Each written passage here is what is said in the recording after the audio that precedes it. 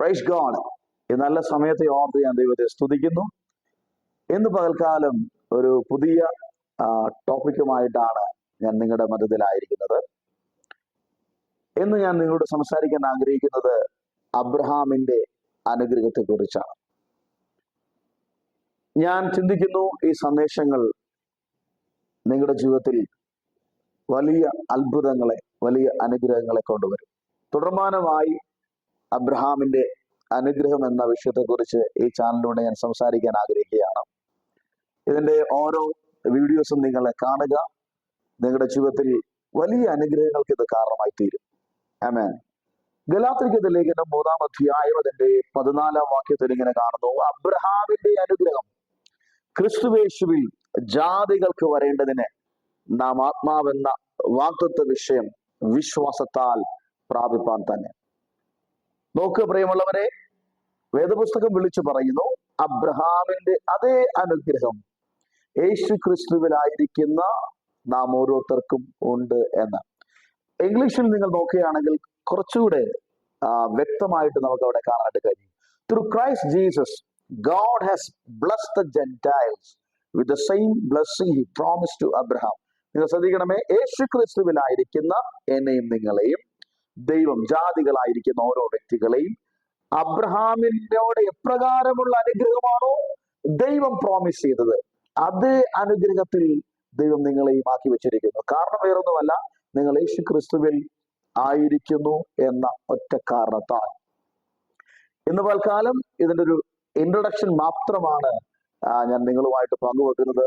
വരുന്ന ദിവസങ്ങളിൽ എങ്ങനെയാണ് ആ അബ്രഹാമിന്റെ അനുഗ്രഹം ക്രിസ്തുയേശുവിലായിരിക്കുന്ന നാം ഓരോരുത്തരിലേക്കും വരുന്നത് എന്നതിനെ കുറിച്ചൊക്കെ വിശദമായി ഞാൻ നിങ്ങളോട് സംസാരിക്കുവാൻ ആഗ്രഹിക്കുന്നു. കർത്താവ് നിങ്ങളെ ഓരോരുത്തരെയും ധാരാളമായി അനുഗ്രഹിക്കുമാറാകട്ടെ. ഈ പകൽക്കാലം നിങ്ങൾ തിരിച്ചറിയുക, നിങ്ങൾ ഒന്നുമില്ലാത്തവരായി ആമേൻ പ്രൈസ് ദി ലോർഡ് ഈ ഭൂമിയിൽ ആയിരിക്കണമെന്നല്ല ദൈവത്തിന്റെ ആഗ്രഹം. ഈ ഭൂമിയിലായിരിക്കുമ്പോൾ ദൈവം ഏത് നിലവാരത്തിലാണോ അബ്രഹാമിനെ അനുഗ്രഹിച്ചത്, അതേ നിലവാരത്തിൽ ക്രിസ്തുയേശുവിലായിരിക്കുന്ന നിങ്ങളെ ഓരോരുത്തരെയും ദൈവത്തിന് അനുഗ്രഹിക്കാൻ പദ്ധതിയുണ്ട് എന്ന് ഈ പകൽക്കാലം നിങ്ങൾ തിരിച്ചറിയുക. എങ്ങനായിരുന്നു അബ്രഹാമിന്റെ അനുഗ്രഹം? ഉൽപ്പത്തി പുസ്തകം 12-ാം അധ്യായം 1 മുതലുള്ള വാക്യങ്ങൾ, 1 മുതൽ 3 വരെയുള്ള വാക്യങ്ങൾ നമ്മൾ വായിക്കുകയാണെങ്കിൽ ഇവിടെ ഇങ്ങനെ കാണുന്നത്: യഹോവ അബ്രഹാമിനോട് അരുളി ചെയ്തത് എന്തെന്നാൽ, നീ നിന്റെ ദേശത്തെയും ചാർച്ചക്കാരെയും പിതൃഭവനത്തെയും വിട്ട് പുറപ്പെട്ട് ഞാൻ നിന്നെ കാണിപ്പാനിരിക്കുന്ന ദേശത്തേക്ക് പോകുക. ഞാൻ നിന്നെ വലിയൊരു ജാതിയാക്കും, നിന്നെ അനുഗ്രഹിച്ച് നിന്റെ പേർ വലുതാക്കും, നീ ഒരു അനുഗ്രഹമായിരിക്കും. നിന്നെ അനുഗ്രഹിക്കുന്നവരെ ഞാൻ അനുഗ്രഹിക്കും, നിന്നെ ശപിക്കുന്നവരെ ഞാൻ ശപിക്കും.